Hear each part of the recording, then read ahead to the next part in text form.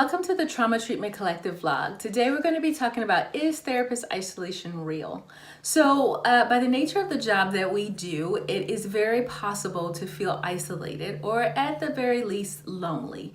And so I think it's important that we take time to kind of talk a little bit about this. You might be wondering, well, why might a therapist or why might I be feeling lonely or isolated?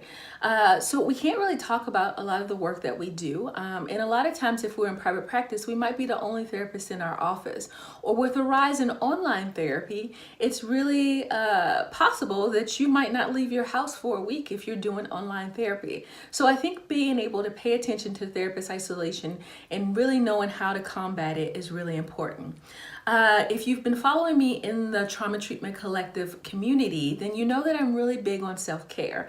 And it's really important to me to make sure that we're taking care of ourselves as therapists so that we can provide the best possible care for our clients. One of the big things that I like to think about is this idea of creating space, or what I like to call co-regulation. And co-regulation is basically the idea of being able to regulate with our clients. In order to regulate with our clients, we have to be in a regulated place. And our best regulation comes from self-care. So when I am doing therapy work, one of the interventions that I use is helping my clients to think of themselves as a whole person. And when I think about a whole person, I'm thinking about a pie. And this is the visual that I give them. And I say, imagine yourself as kind of a pie. And each piece of the pie represents a different part of your life and a different important part of your life. So it could be career, it could be finances, it could be spirituality, it could be cultural identity, it could be a fitness and health, it could be, a social connection.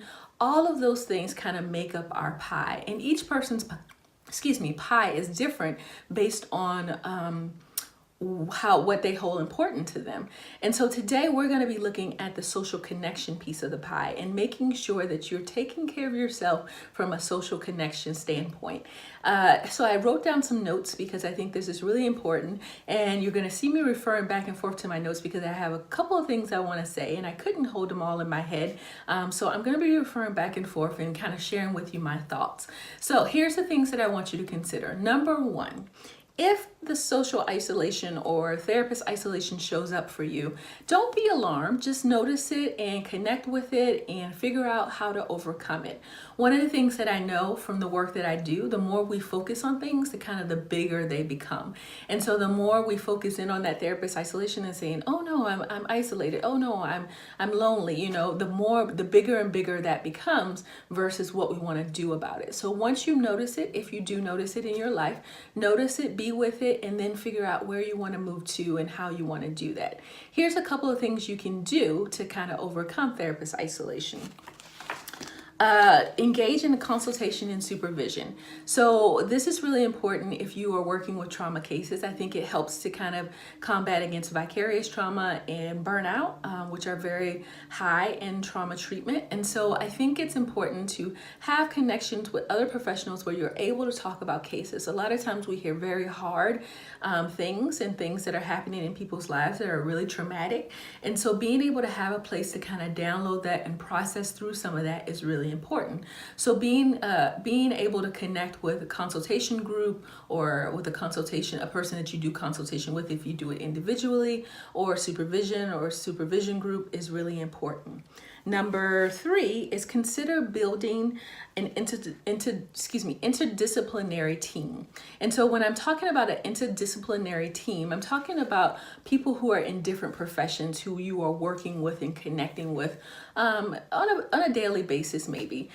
So I talk a lot about having a good referral source when you're working in trauma treatment, because I understand that trauma treatment is complex and sometimes we can't treat all the symptoms ourselves. So having a chiropractor or a acupuncturist or a yoga instructor or a medical professional, a doctor of some sort, to help you be able to work with clients is really important. And so here it is again that I think connecting with these people and having a team of people that you're working with to really make sure that you're working from a well-rounded approach with your client is going to help you as well to stay connected socially to other people outside of your clients.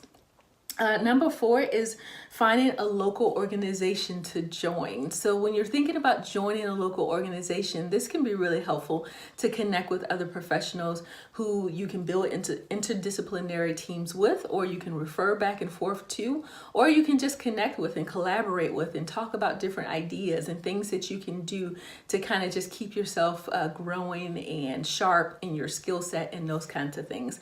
This is going to help against this is going to help against fighting therapist isolation.